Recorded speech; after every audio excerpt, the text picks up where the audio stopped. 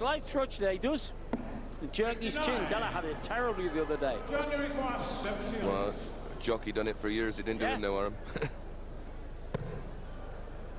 Fat 20. Skinny red bit, skinny red bit. 58. Hold it on, right. Wow. This is a party piece. 60. You didn't really say that, did you? Lovely dart. Follow it up, son. 100. 210s coming in to peg back 2-1. Well, for his first leg. 14-inch adjustment to double 5. Middle of the bed. You played part before? What would you say was his qualities as an opponent?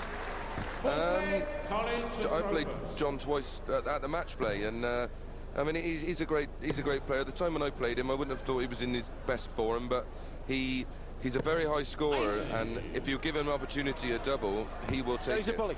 Yes. The old Bristow theory, which you taught Taylor. Bully the opponent. So follow up a 12 dart leg with 180 away next time to the board. Yeah. Batter him. Say, what am I doing here? You make your opponent think, and I mean that's obviously Phil's greatest quality. He doesn't give you a chance to even get into the game. That's why he keeps using the analogy with boxing, doesn't he? You've got to be like a boxer.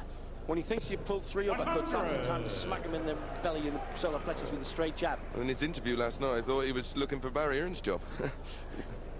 Here we go, and there's our side-on shot, which I've had lots of emails about. It shows the precision, doesn't it? It shows exactly the margin of error. That's a tremendous shot. Millimetric, Mel Webb from the Times called it. I think that's right. Millimetric accuracy, he gave. Oh, that was a great article in the Times today. We fortunate enough to have the journalist himself here yesterday, and I spoke to him after my match, and you mentioned something about sport, that this isn't a sport, and he said, well, you should have been here. Excellent. It is a sport. Hand and eye coordination.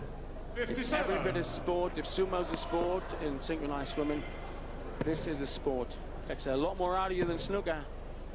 Yeah, I was exhausted. I personally was exhausted. But at least you weren't in tears like you were 2 years ago with your nice see-through shirt. What have I got to do to win? Anyway, you're a different lad now, I think. More mature. Lloyd, you're looking at 3-1 here. 140. Well, 16 tops. You're looking at single 16. Double top for 3-1. Still a chance. 16 score. Well, I think he knew in the back of his mind there, well, he's on 186, so he can't finish, but he'd have 3 clear darts at tops, and, well...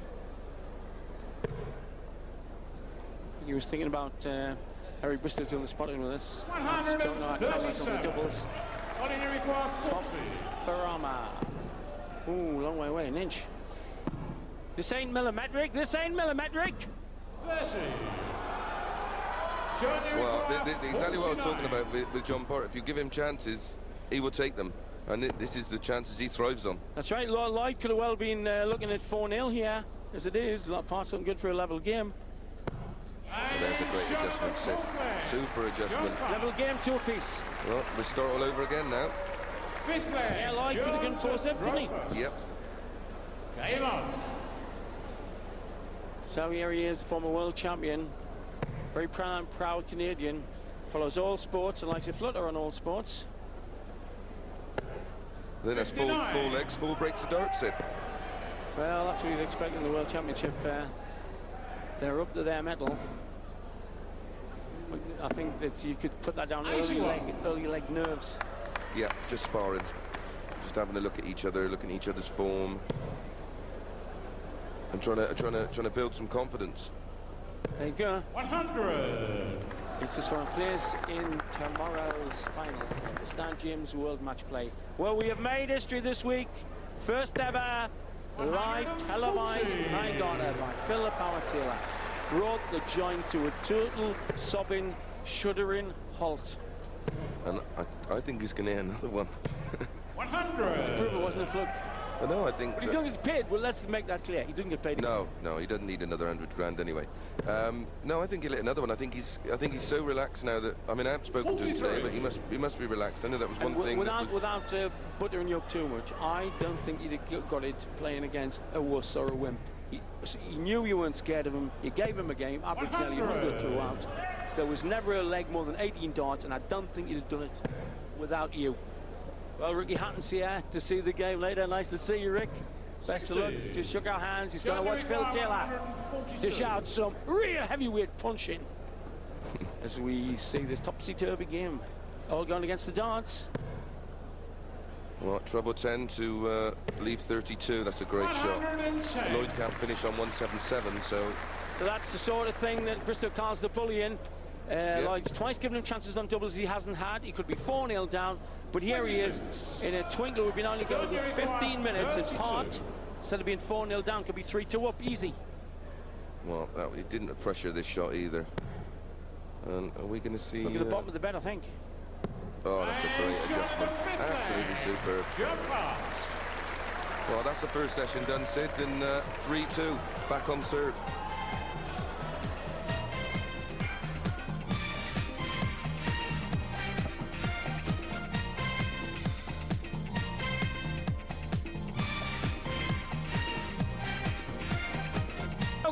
To the place it all happens, the winner guns in Blackpool. It's been Chris Mason, commentating, and he was up there last night with Phil the Power Taylor, favourite for this title, did the 9 dart for £100,000 and met history. Must have a live televised one.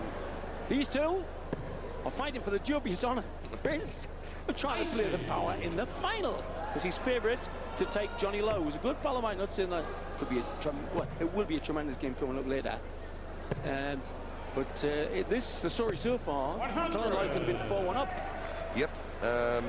Didn't miss a double in his first two legs and looked comfortable. And then from then on in, give John 2 chances, which he took. And then John had a good fifth leg, and that puts us at 3-2 to par. 2 of our sky shots, a lot of praise about by email. This one showing exactly the millimetric accuracy in the attack on the 60 and the score on fares.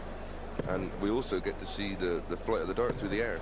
I know we use our so that one shows that the margin of error is below 1/8 of an inch. That wire is a 16th of an inch, right? So the margin of error is half the thickness of the point.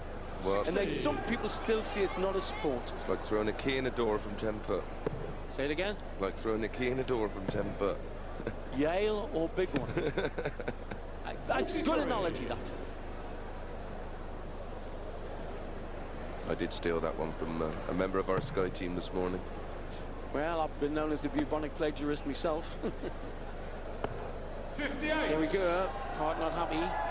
Lloydie, great chance then to leave a nice little 2 dart click out here.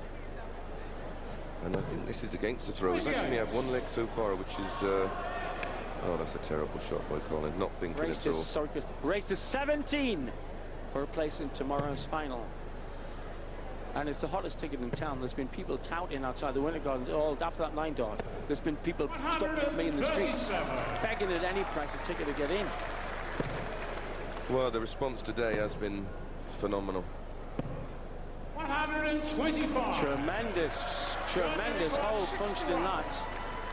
So this shot by John really pressured. 218 just rarely misses these. Rarely misses these. Well, he looks aggressive. Yet another break of the throw. Colin's got to watch this. If he starts to let John roll away, then you know, he could steamroller him, because we've seen that against Bob Anderson. Yeah, Bob was going very